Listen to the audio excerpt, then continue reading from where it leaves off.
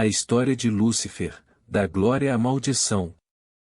Uma personalidade conhecida como Lúcifer aparece no capítulo 14 de Isaías. Lúcifer, cuja raiz latina significa aquele que traz luz, enquanto sua tradução hebraica é manhã. A estrela Lúcifer era retratada como um ser radiante, brilhante e majestoso em qualquer língua. Ele era um anjo de alta posição no escalão celestial, sendo um dos principais anjos de Deus, junto com Miguel e Gabriel no reino celestial. No entanto, em algum momento, Lúcifer cometeu um grave erro ao desafiar Deus, conforme relatado em Lucas, capítulo 10, versículo 18. Eu vi Satanás cair do céu como um relâmpago. Aqui, Jesus descreveu aos seus discípulos uma cena que presenciou no céu. Esse evento ocorreu antes da encarnação de Jesus como filho de Maria, e ele os advertiu sobre os perigos de permitir que o orgulho os dominasse. A cena que ele descreveu era o julgamento de Deus, sobre um anjo criado chamado Lúcifer. Lúcifer ocupava uma posição de honra única no céu, como descrito em Ezequiel, capítulo 28, versículos 12 a 15. Filho do homem, levante um canto fúnebre para o rei de Tiro e diga a ele: assim diz o Senhor Deus. Você tinha a medida completa de perfeição e o toque final de plenitude. Cheio de sabedoria e perfeito em beleza. Você estava no Éden, o jardim de Deus. Todas as pedras preciosas eram a sua cobertura.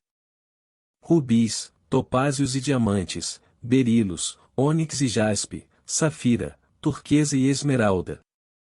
O ouro era o trabalho das suas configurações e engastes. No dia em que você foi criado, eles foram preparados. Você era o querubim ungido que cobre e protege, e eu coloquei você lá. Você estava na montanha sagrada de Deus. Você andava no meio das pedras de fogo. Você era inocente em seus caminhos desde o dia em que foi criado, até que a injustiça e o mal foram encontrados em você. Lúcifer é descrito como o querubim ungido que cobre. Os querubins abriram suas asas no topo, envolvendo o propiciatório com suas asas. Eles se enfrentavam, com os rostos voltados para o propiciatório. Lúcifer era exemplar em beleza, mas o orgulho o levou a desafiar a Deus e buscar uma posição de igualdade com ele. Aparentemente, Lúcifer tinha autoridade sobre um exército de anjos, e conseguiu alienar alguns deles de sua lealdade a Deus, levando-os a se juntar a ele em sua rebelião. Em resposta, Deus lançou Lúcifer e seus parceiros rebeldes para longe de sua presença. Para descrever a atividade de Lúcifer em transformar alguns anjos contra Deus por meio de suas tramas persistentes, encontramos em Ezequiel, capítulo 28, versículos 16 a 19. Bíblia Amplificada. Pela abundância do seu comércio, você estava internamente cheio de ilegalidade e violência, e você pecou.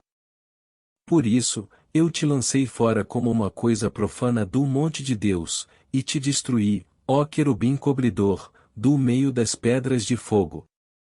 Seu coração estava orgulhoso e arrogante por causa de sua beleza, você destruiu sua sabedoria por causa de seu esplendor. Eu te lancei no chão, coloquei você diante de reis para que te contemplem. Você profanou seus santuários pela grande quantidade de seus pecados e pela enormidade de sua culpa, pela injustiça de seu comércio. Portanto, eu trouxe um fogo do seu meio que te consumiu, e te reduzi a cinzas na terra, à vista de todos os que te olham.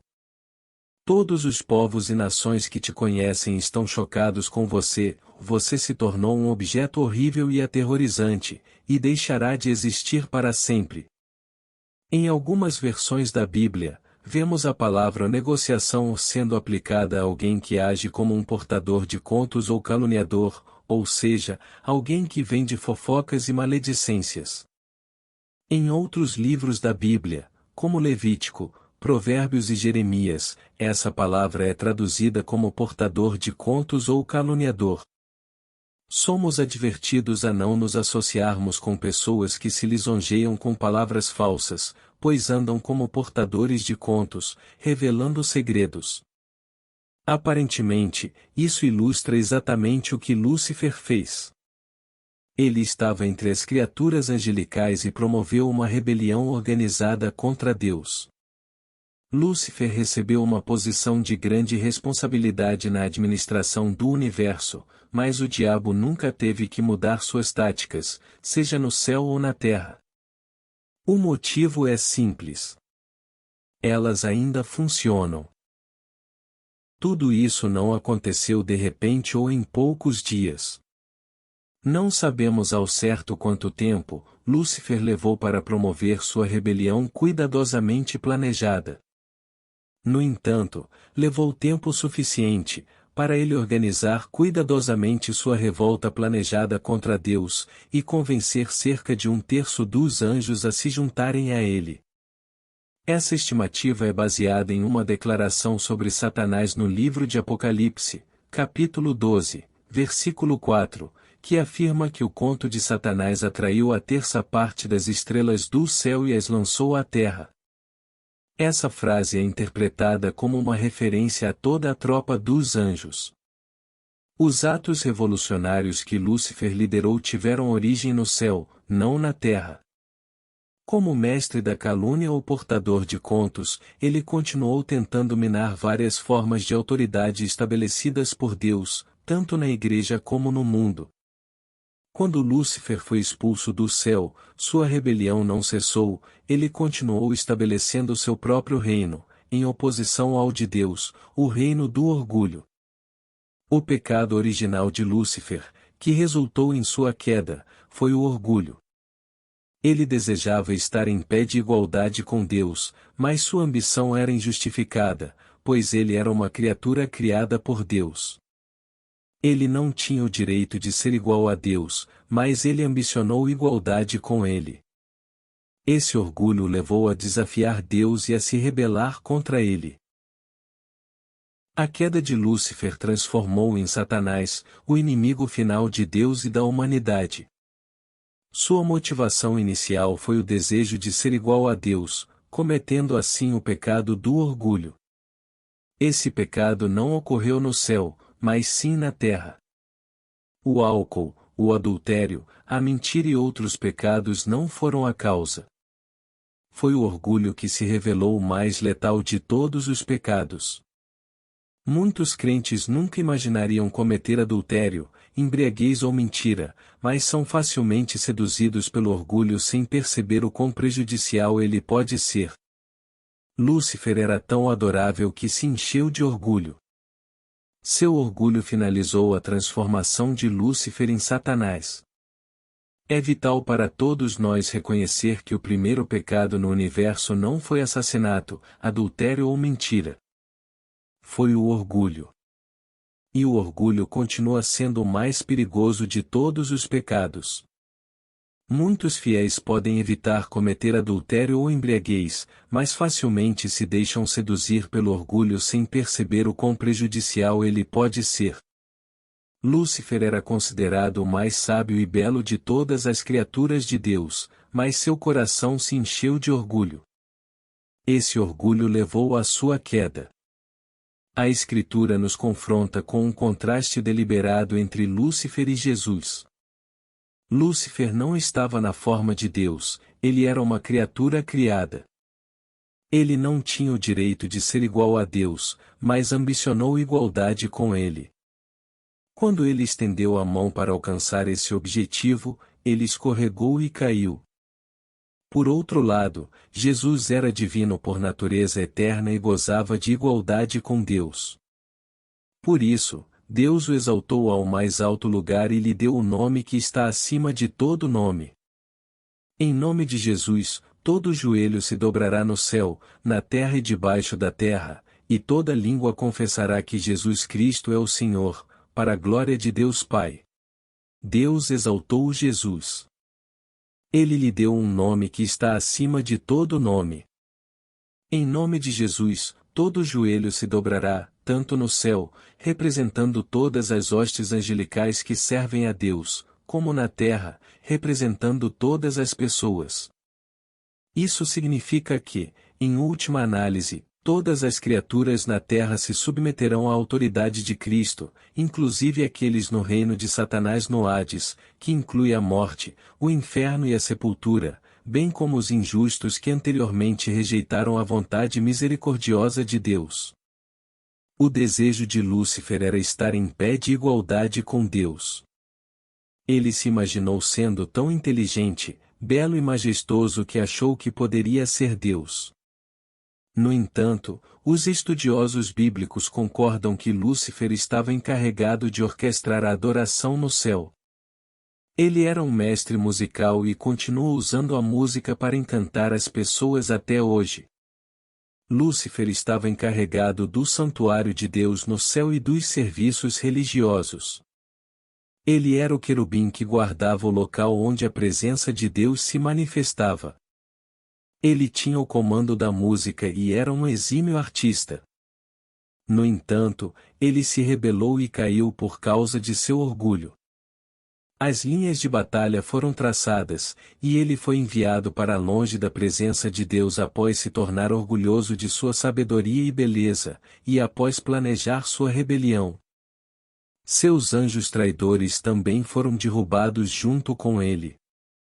Lúcifer foi talvez o mais sábio e belo de todas as criaturas de Deus, mas seu coração se encheu de orgulho.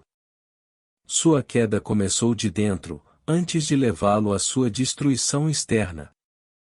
Ele cresceu orgulhoso por causa de sua sabedoria e beleza, e então deu vida à sua rebelião. Devemos aprender essa lição em nossas próprias vidas. Deus criou Adão de maneira única, diferente de qualquer outra criatura que conhecemos. Havia algo especial na forma como Adão foi criado, algo que refletia a mente do Criador para combater o orgulho. Adão veio de uma fonte diferente de qualquer outro ser criado. Quanto mais baixo, mais humilde ele era, mas Deus o fez capaz de se elevar mais alto. Deus combinou em Adão tanto o mais baixo quanto o mais alto. Aqui está a descrição da criação de Adão em Gênesis. Então, o Senhor Deus formou o homem do pó da terra e soprou em suas narinas o sopro da vida, e o homem se tornou um ser vivo. Ao contrário de Lúcifer, podemos lembrar disso e permanecer com os pés no chão, humildes. Quando se trata de adoração, a lição da queda de Lúcifer é clara. Quando você se recusa a adorar, você desce. Se você quer ser um cristão, precisa deixar de lado o orgulho e se humilhar diante de Deus. O orgulho é um caminho rápido para baixo. O diabo já foi a estrela da manhã brilhante, um ser angelical adorável que caiu dos céus. Ele se rebelou contra Deus, tornando-se Satanás, o inimigo final de Deus. Tudo o que não é transformado em louvor torna-se orgulho. Nunca fomos criados para subir mais alto sem dar glória a Deus. Quanto mais Deus te abençoa, mais você deve agradecê-lo. Quanto mais Ele te abençoa, mais humilde você deve ser. Não se torne arrogante pensando: veja o quanto Deus me abençoou. Eu não preciso adorar como essas pessoas solitárias. Lembre-se de que você não era nada antes, mas Deus te pegou e te abençoou. Toda língua deve confessar que Jesus Cristo é o Senhor, e todo joelho se dobrará diante dele. Agradeça a Deus cedo ou tarde. Aprenda a bater palmas e dizer: aleluia cedo ou tarde. Louvado seja Deus. Obrigado, Jesus. Adoramos-te, Senhor. Louvado seja Deus, não importa a circunstância. Cedo ou tarde, você terá que agradecer a Deus. Se você não estiver na presença de Deus, perecerá. Assim como um peixe não pode sobreviver sem água, e um corpo humano não pode sobreviver sem oxigênio, um cristão não pode sobreviver sem louvar e adorar a Deus. Seja um adorador. Se você tem a vida de Deus em você, então louve o Senhor. É um mandamento das Escrituras, que aqueles que foram justificados glorifiquem a Deus. Fomos libertados para amá-lo, redimidos para nos alegrar e libertos para dançar. Seja humilde e louve a Deus.